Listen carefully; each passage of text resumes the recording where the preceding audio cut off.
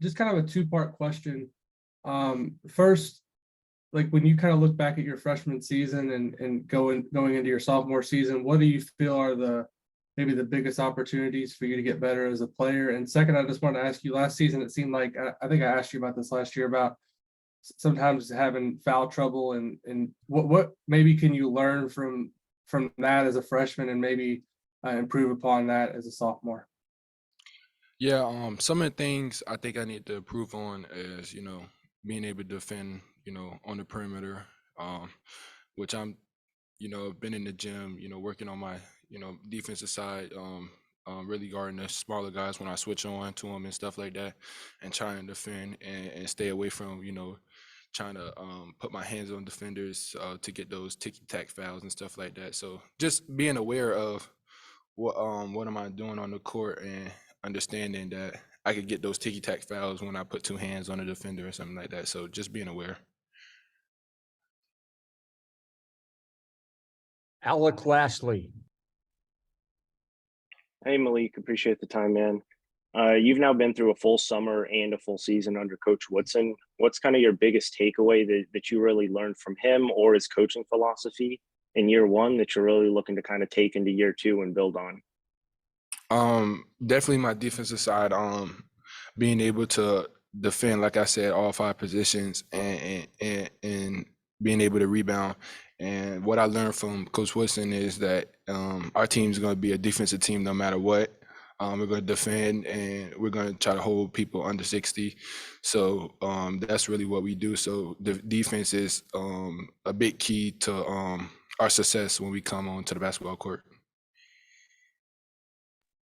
Mason. Hey Malik, thanks for the time, man. I'm curious with a lot of the new front court options kind of surrounding you, how you've seen them kind of adjust to their first time in Bloomington and kind of just how they've progressed over the summer. Yeah, so our new front court guys, since we lost, Tracy and Race, I think we loaded up pretty well. We got Khalil and we got Peyton, and both pretty, great skill player. Both could finish with both hands.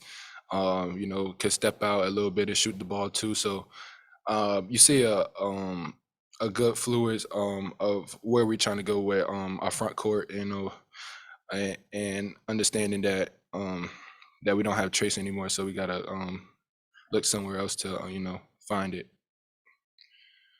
Tyler.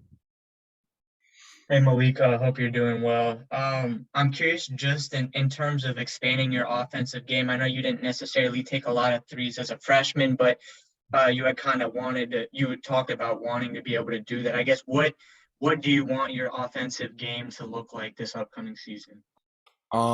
Being able to, do everything on the court. And I think this year I'll be able to do that and show a lot more of my game, being able to step out and shoot the three ball, grab it off rebound and push it, you know what I'm saying? Just doing all the stuff that I'm used to doing and just making it so where I'm not making a lot of mistakes while I'm doing it. So pushing the ball in transition, posting up, shooting threes, all this stuff. I just want to be able to show my all-around game. Todd Golden. Hey Malik, thanks for joining us. Hope you're having a good summer. I have a two-part question. What was the instructions that the coaching staff gave you in terms of what improvement they wanted to see from you? And also with Khalil and Peyton in the post, how does that change your game a little bit in terms of what you have to look for? My game doesn't change at all. I mean, I'm still going to be able to do the same things I was doing, posting up. It's just expanding my game on, being more confident when I get a wide open shot to take the shot instead of, passing it up or, what I'm saying, helping my teammates out and doing other things on the court other than just trying to score the basketball. What was the second part to your question? I'm sorry.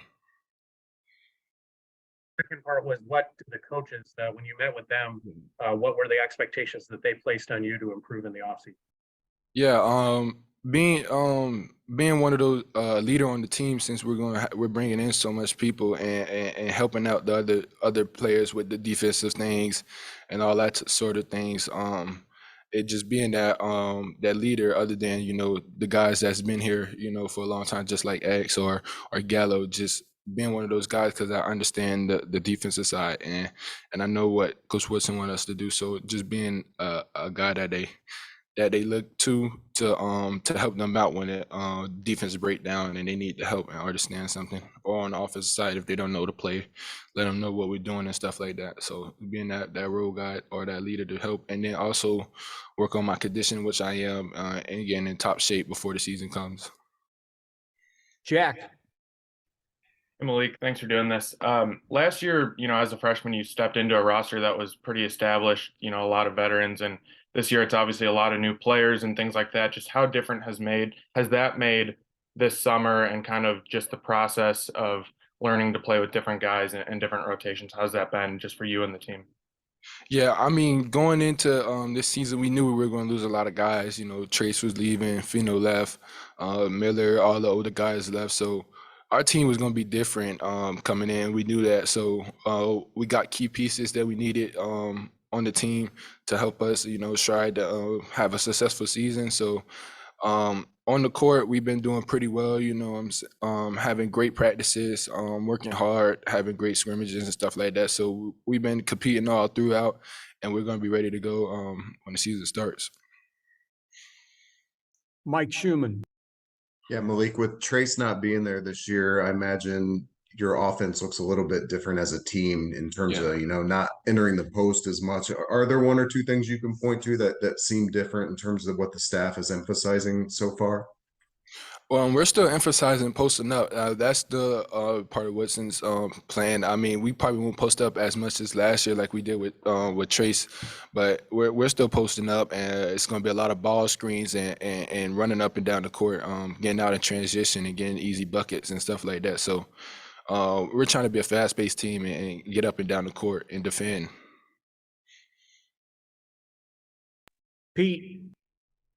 Hey Malik, how excited are you guys about the caliber of non-conference schedule you have? You have Kansas and some other really good teams to face. How exciting is it to play that type of schedule?